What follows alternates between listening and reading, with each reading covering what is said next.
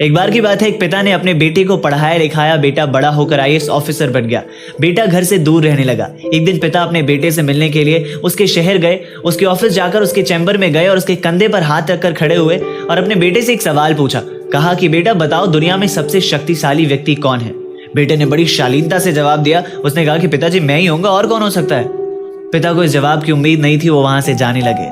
वो गेट पर आए और उन्होंने सोचा कि एक बार फिर से पूछता हूँ। वो एक बार फिर से अपने बेटे के पास गए और पूछा कि बताओ बेटा, दुनिया में सबसे शक्तिशाली कौन है? तो बेटे ने इस बार कहा कि पिताजी आप।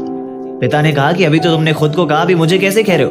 बेटे ने कहा कि पिताजी उस वक्त आपका हाथ मेरे कंधे पर था, और जिस वक्त एक पिता का हाथ उसके बेटे के कंधे पर हो, वो दुनिया का तो सबसे शक्तिशाली व्यक्ति ही होगा ना।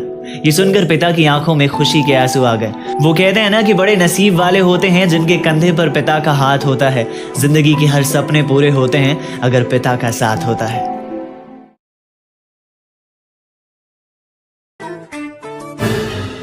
आपने वो चोर देखा क्या? प्लीज मुझे बताओ यार, वो चोर कहाँ गया है? हाँ भैया, आगे ना 4 गली हैं। उसमें से जो तीसरी गली है ना, उसके अंदर 4 मकान है। उसमें से जो तीसरा मकान है ना, उसके अंदर 4 फ्लोर है। उसमें से जो तीसरा फ्लोर है ना, उसके अंदर 4 कमरे हैं। उसमें से जो तीसरा कमरा है ना, उसके अंदर 4 अलमारी है। उसमें से जो तीसरी अलमारी है ना, उसके अंदर 4 लॉकर है। उसमें से जो तीसरा लॉकर है ना, उसके अंदर गीता रखी है। उसकी कसम मुझे नहीं पता।